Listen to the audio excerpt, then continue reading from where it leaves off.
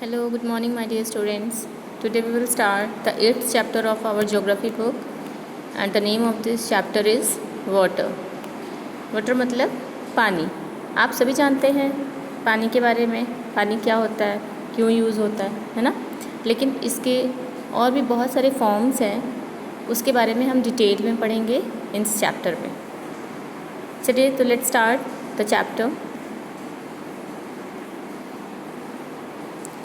Water is a natural resource which is indispensable as life cannot survive without it.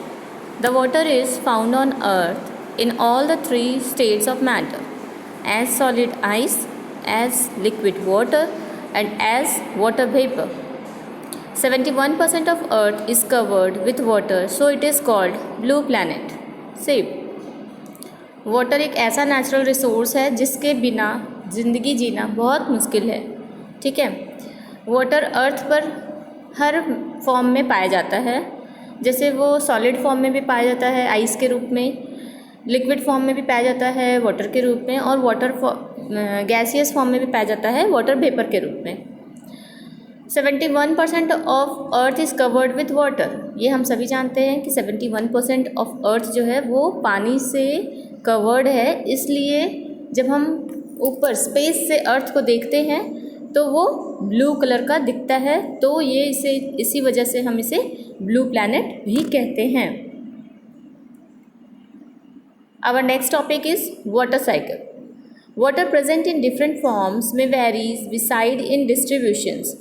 Water changes from water vapor to ice and back to water in a continuous cycle. देखिए अभी हमने पढ़ा कि water जो है अर्थ पर हर form में पाया जाता है, आइस में, वाटर में और गैसियस फॉर्म में. लेकिन ये समय समय पर अपना जो फॉर्म है वो चेंज करता रहता है. आइस जो है वो मेल्ट होकर लिक्विड फॉर्म में आ जाती है. लिक्विड से फिर वो सन रेज़ की वजह से वाटर वेपर बनकर गैसियस फॉर्म में कन्वर्ट हो जाती है. तो ये एक कंटिन्यूअस साइकिल के फॉर्म में चलता रहता है हर समय. The constant interchanging of forms of water is called water cycle.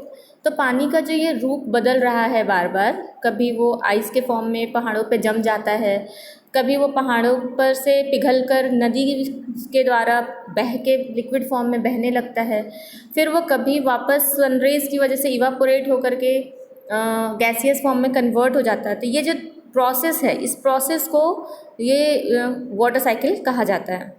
The water from the surface of the earth evaporates to form water vapour. Earth पर जितने भी वाटर हैं, ओशियंस में हों, सी में हों, रिवर्स में हों, लेक्स में हों, वो सनरेज पड़ने की वजह से इवापोरेट होकर वाटर वेपर के रूप में चेंज हो जाता है. This water vapour is carried up in the air where it cools down to condense into water droplets and form clouds.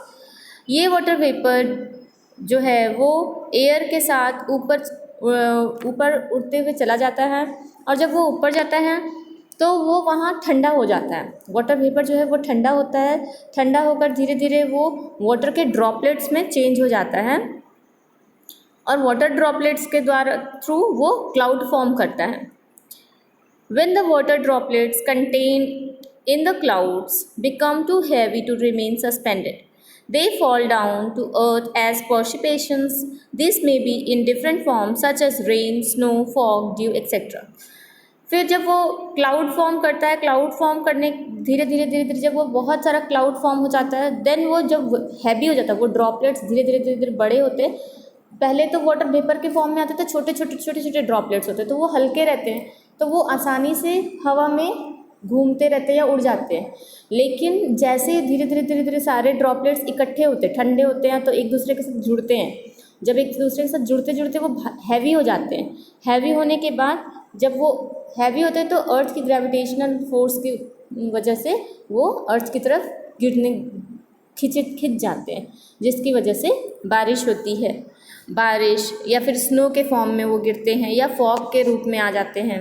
तो अलग अलग फॉर्म में जो वाटर है वो अर्थ पे गिरता है. तो ये जो पूरा प्रोसेस है, इस प्रोसेस को हम वाटर साइकिल कहते हैं. सी वाटर को डिस्ट्रीब्यूट भी किया गया है दो फॉर्म में. दो तरीके से वाटर को बांटा गया है। कैसे? एक फ्रेश वाटर होता है और एक सॉल्ट वाटर होता है। Nearly 97 of the earth water is in ocean and salty. That is, it is unfit for human consumption. The remaining 3% water is fresh water.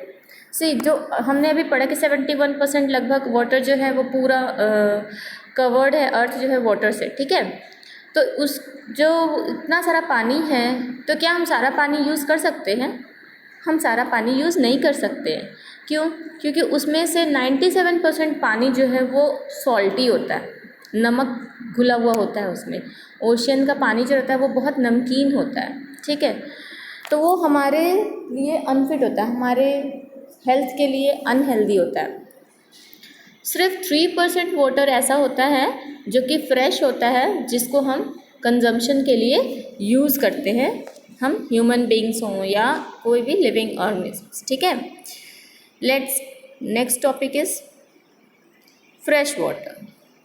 Fresh water is the water that it is fit for human consumption. It has got very little salt dissolved in it. Hence, it is a critical resource. 69% of this fresh water is frozen in glacier and ice sheets. 30% is locked under the ground. Only 1% of the total fresh water is found on the surface of the earth as river, streams, lakes. Thus, the biggest source of fresh water on the earth is rainfall and snowfall. सी जो fresh water है, इसी को सिर्फ हम human जो है वो consumption के लिए यूज़ कर सकते हैं, उसको हम पी सकते हैं, अपने खाने के लिए इस्तेमाल, खाना बनाने के लिए इस्तेमाल कर सकते हैं, क्योंकि इसमें जो है बहुत कम मात्रा में नमक घुला हुआ होता है। इसमें भी नमक होता है लेकिन बहुत लिटिल, बहुत थोड़ा सा होता है, तो ये हम इनको पी सकते हैं। ये एक क्रिटिकल रिसोर्स है, मतलब बहुत कम पाया जाने वाला रिसोर्स है। तो जो 69% ऑफ फ्रेश वाटर्स हैं, मतलब जो फ्रेश वाटर हमें मिलता है वो कहाँ से मिलता है?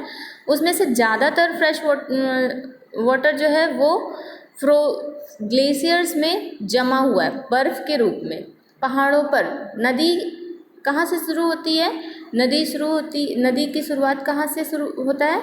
ग्लेशियर से। ग्लेशियर में जब सनरेज पड़ती हैं तो वो वहाँ पर जो जमी हुई बर्फ़ होती है पहाड़ों पर, वो पिघलकर नदी के रूप में बहकर नीचे आती है और वो होता है फ्रेश वाटर। उस वाटर को हम पी सकते हैं। तो ज़्यादातर 69% ऑफ फ्रेश वाटर जो है वो ग्लेशियर पर आइस शीट्स के फॉर्म में जमा हुआ है, जो कि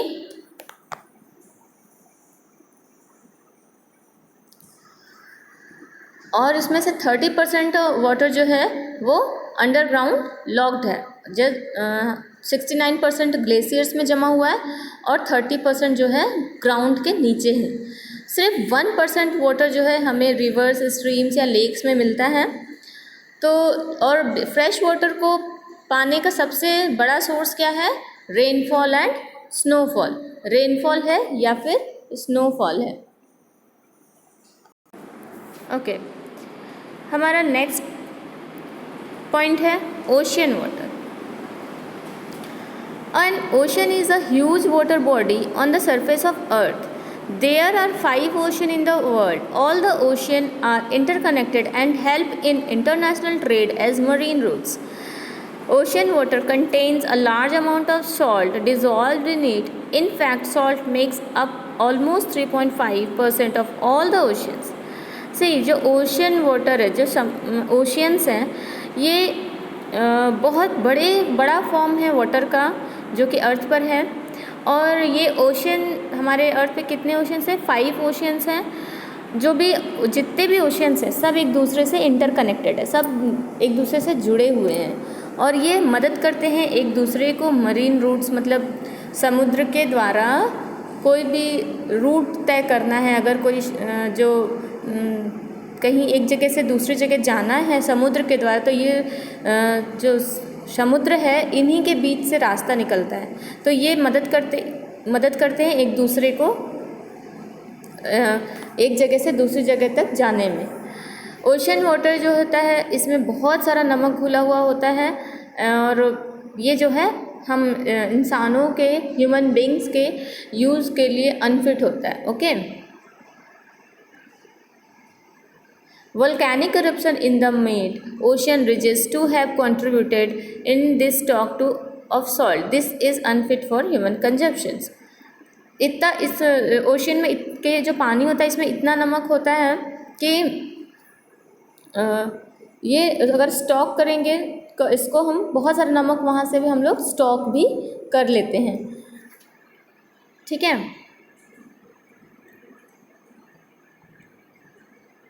अभी हम देखेंगे कि movement of water. The water of the ocean is always in the state of constant motion. This movement is due to 3 main factors. जो पानी है वो कभी भी एक कांस्टेंट मोशन में नहीं रहता है, जिसकी ये हमेशा मूव करता रहता है। इसको मूव करने के बहुत सारे कारण हैं, जैसे द फोर्स ऑफ विंड्स, ठीक है, temperature difference between different parts of the ocean and the force of gravity. पानी हवा का जो बहाव होता है उसकी वजह से पानी का मूवमेंट होता है। इसके साथ साथ अलग अलग जगहों पर टेम्परेचर बहुत वैरी करता है। जैसे अगर जो गर्म प्रदेश है, अगर वैसे जगहों पर ओशियन है तो नदी है या ओशियन है तो वहाँ पर सनरेज तेज़ पड़ेगी, या इक्वेटर के पास अगर कोई ओशियन पड़ता है तो वहाँ पर डायरेक्ट सनरेज पड़ती हैं, तो वहाँ पर जो पानी का लेवल होगा वो कम होगा। और अगर वो कोई ओशियन ट्रॉपिक ऑफ कैप्रिकॉर्न या ट्रॉपिक ऑफ कैंसर के पास में है तो वहाँ पर सनरेज कम होगी, तो वहाँ पर जो है ओशियन का पानी जो है वो ज़्यादा होगा। या फिर फोर्स ऑफ ग्रेविटी, मतलब किस तरफ ओशियन है, मतलब अर्थ के किस तरफ, कौन से नॉर्थ पोल में है, साउथ पोल में है, tropic of Cancer, tropic of Capricorn में है, तो ऐसी जगहों पर ग्रेविटी थोड़ी कम होती है, तो इसलिए जो है वहाँ पर भी वाटर का मूवमेंट अलग अलग होता है। The 3 main movements of ocean water are, जो वाटर का मूवमेंट होता है वो 3 मेन तरह का होता है। एक वेव्स के फॉर्म में, दूसरा टाइड्स के फॉर्म में और तीसरा करंट्स के फॉर्म में। अब ये वेव्स क्या है और टाइड्स क्या है और करंट्स क्या है, चलिए हम इसके बारे में आगे और अच्छे से पढ़ते हैं। Sea waves, the rhythmic up and down movement of water on the surface of the ocean constituents a wave. जब पानी की जो सतह होती है ना, ऊपर का सरफेस, ठीक है, वो जब अप एंड डाउन करता है तो इसको वेव्स कहते हैं। Waves are formed by the force of wind. देखिए, जब हवा चलती है, हवा अपने साथ जो फोर्स के में बह रही है, तो वो समुद्र के सतह पर जब आती है तो वो अपने साथ पानी को ढकेलती है, और जब वो पानी को ढकेलती है तो एक जगह से पानी आगे की तरफ मूव करता है, तो आगे की तरफ मूव किया तो फिर आगे जो पानी है उसको उसने ढकेला, तो वैसे एक दूसरे को ढकेलते ढकेलते जो है पानी वो वेव्स के फॉर्म में चेंज होती है, मतलब लहरें, तरंगे बोलते हैं इनको, मतलब अप एंड डाउन होता है पानी, सिर्फ सतह के ऊपर अप एंड डाउन होता है, ठीक है। When strong winds blow across the surface of the ocean, the energy is transferred to the molecules of water. जैसे ही तेज हवा पानी के ऊपर से बहती है तो पानी का जो मॉलिक्यूल होता है वो एक जगह से दूसरी जगह ट्रांसफ़र होता है। The molecules in turn transmit the energy through water in the form of waves. जैसे ही मॉलिक्यूल्स एक जगह से दूसरी जगह पर ट्रांसफ़र होता है तो ये वेव के फॉर्म में चेंज हो जाता है। The water do not move forward and backward but only up and down. पानी आगे पीछे नहीं होता है, पानी सिर्फ ऊपर और नीचे होता है वेव्स में, ठीक है। The moving wave forms a succession of crest and troughs.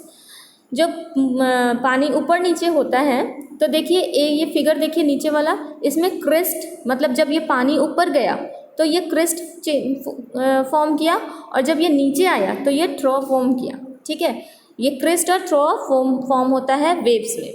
और जो ये एक क्रिस्ट और दो क्रिस्ट के बीच का जो डिफरेंस होता है ना, इस डिफरेंस को बोलते हैं वेवलेंथ।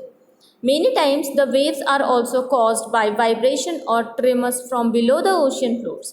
कई बार ये विंड की वजह से नहीं, कई बार अर्थ के नीचे, ओशियन के नीचे जो हैं वाइब्रेशंस होते हैं या लैंडस्लाइड्स होती है ओशियन के नीचे, तो उसकी वजह से जो वाइब्रेशन होता है ना, अर्थक्वेक आया ओशियन के नीचे या लैंडस्लाइड हुई ओशियन के नीचे, तो जब इसकी वजह से जो वाइब्रेशन आई समुद्र में, उस वाइब्रेशन की वजह से भी वेव्स फॉर्म होते हैं। ठीक है। If the earthquake is severe it produce tsunami the most destructive sea waves.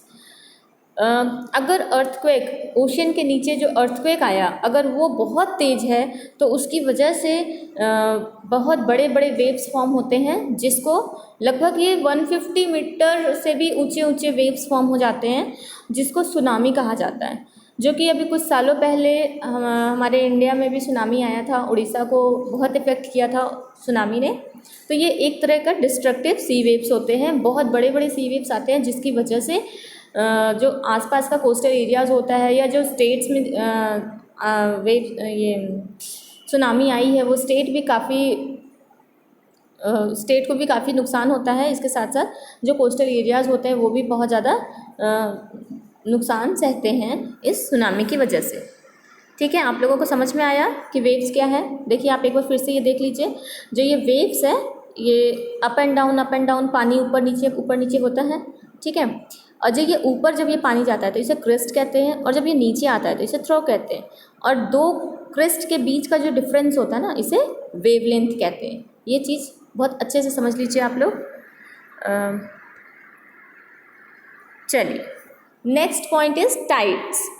C, wave और टाइड में बहुत ही थोड़ा सा डिफरेंस है, ठीक है, लेकिन आप अगर इस चीज़ को अच्छे से समझेंगे तो आपको अच्छा लगेगा। The periodic rise and fall of the sea level due to the gravitational pull on the moon of the moon and the sun acting on the rotating earth is called tides. See, जब moon का भी अपना एक gravitational force है। जब moon earth के नज़दीक होता है तो वो अर्थ के जो वाटर है उसको अपनी तरफ खींचता है। ठीक है, जब वो उसको अपनी तरफ खींचता है तो अर्थ के जो ओशन का पानी है वो एक तरफ खींच के आ जाता है।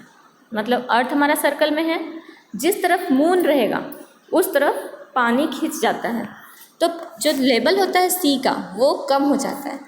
लेकिन जब मून जो है अर्थ से थोड़ा सा दूर होता है तब वो उसका ग्रेविटेशनल फोर्स काम नहीं करता है, जिसकी वजह से सी लेवल जो होता है, सी का जो वाटर लेवल होता है वो बढ़ जाता है।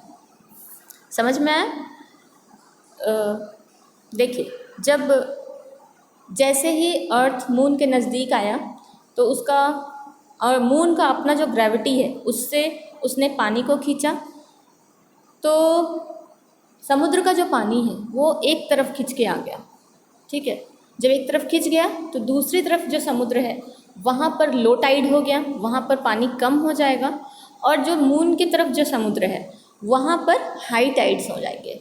लेकिन यही जब सन दूसरी तरफ, मतलब दूसरी ऑपोजिट डायरेक्शन में आ गया तो मून वहाँ से फिर अपना ग्रेविटी के थ्रू पानी खींचेगा, तो पहले जहाँ पर हाई टाइड था अब वहाँ पर लो टाइड्स हो जाएंगे, और जहाँ पहले लो टाइड थे वहाँ पर अब हाई टाइड्स फॉर्म हो जाएगी।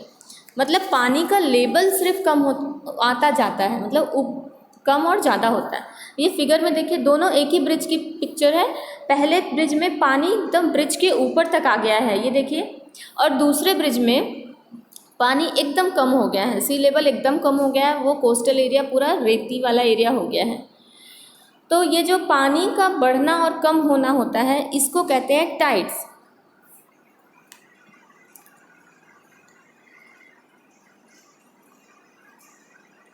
Tides occur twice a day near coastal areas. Tides are of two types, high tide and low tides.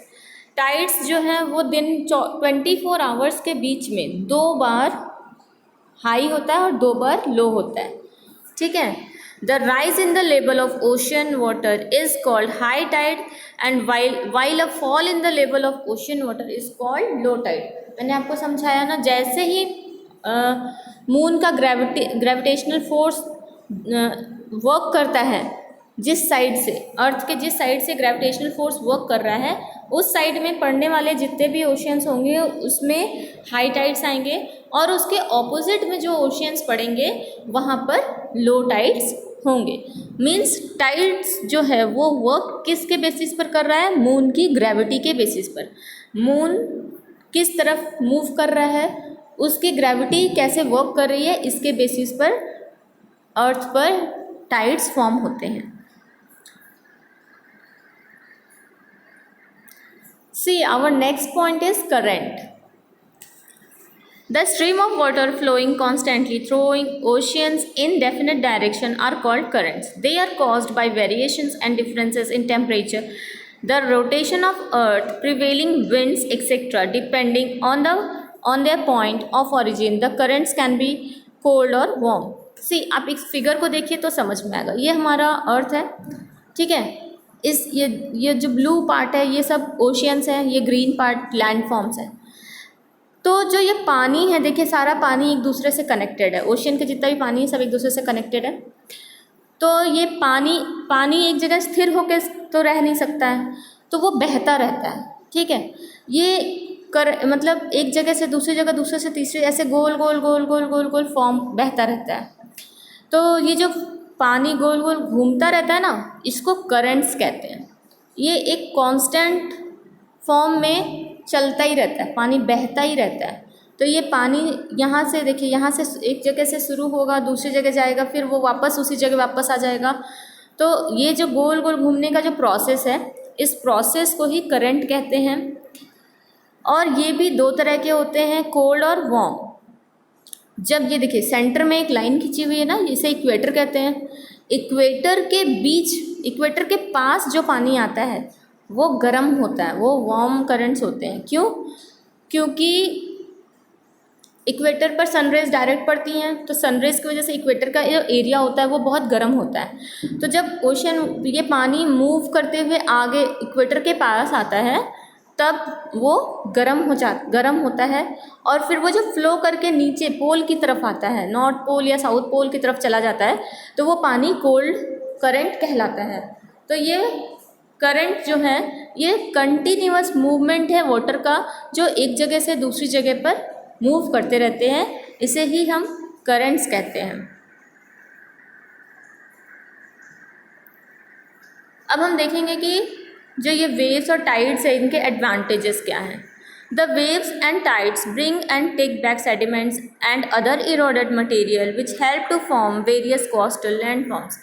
जो वेव्स या फिर टाइड्स जो आती हैं, ठीक है, तो क्या इसमें क्या होता है, लहरें आती हैं कोस्टल एरिया के नज़दीक या कोस्टल एरिया तक आती हैं और फिर वापस जाती हैं। टाइड्स में भी ऐसा ही कुछ फॉर्म होता है कि वो वाटर लेवल हाई होता है और फिर वाटर लेवल कम हो जाता है।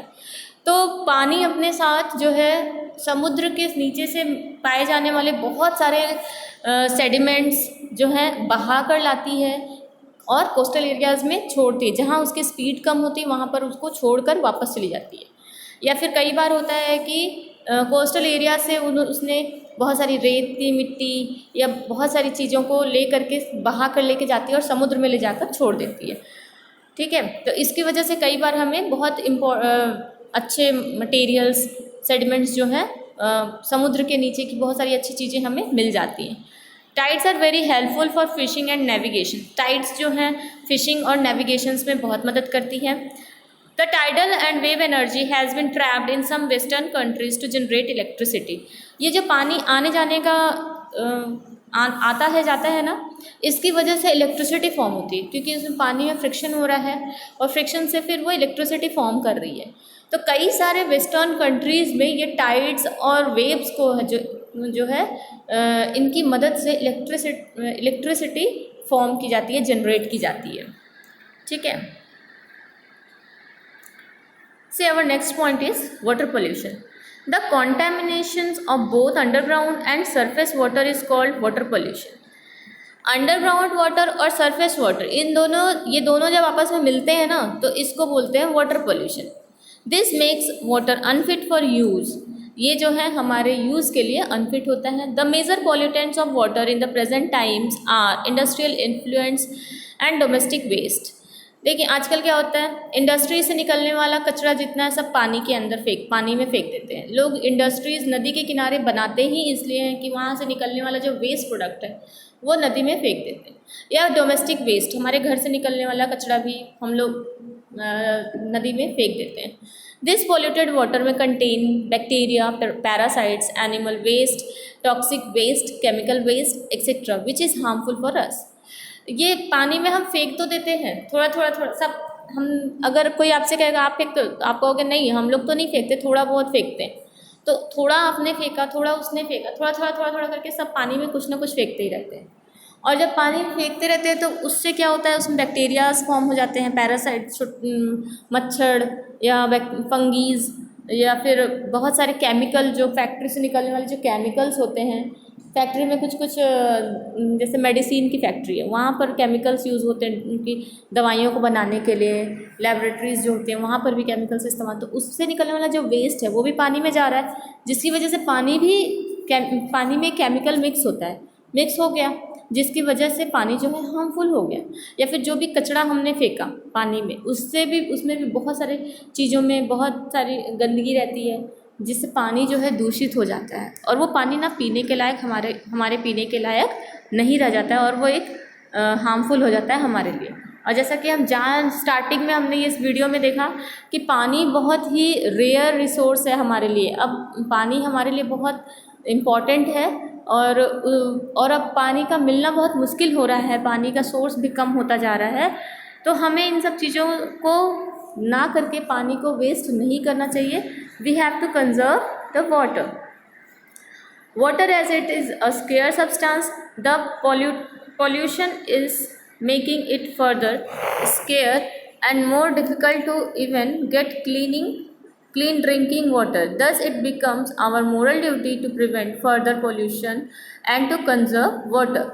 जैसा कि है, हमने देखा कि पानी जो है अब एक ऐसा सब्सटेंस हो गया है कि कुछ दिनों में हमें मिलने वाला नहीं है। धीरे धीरे धीरे धीरे पानी का जो लेवल है हर जगह से कम होता जा रहा है। अब जो पानी हमारे पास है हमें उसी को सेव करके रखना है, उसी को बचा कर रखना है। तो ये हमारा एक मोरल, हमारे लिए एक ड्यूटी है कि हम पानी को साफ़ सुथरा रखें। नदी या आसपास के जो वाटर बॉडीज़ हैं उनको गंदा ना करें, उनको साफ़ रखें और कंजर्व करें। अपने घर में भी हम पानी वेस्ट ना करें। तो इन सब चीज़ों को हमें ध्यान रखना है ताकि हम वाटर सेव कर सकें। होप आप सभी को ये पूरा चैप्टर अच्छे से समझ में आया होगा। Okay, thank you.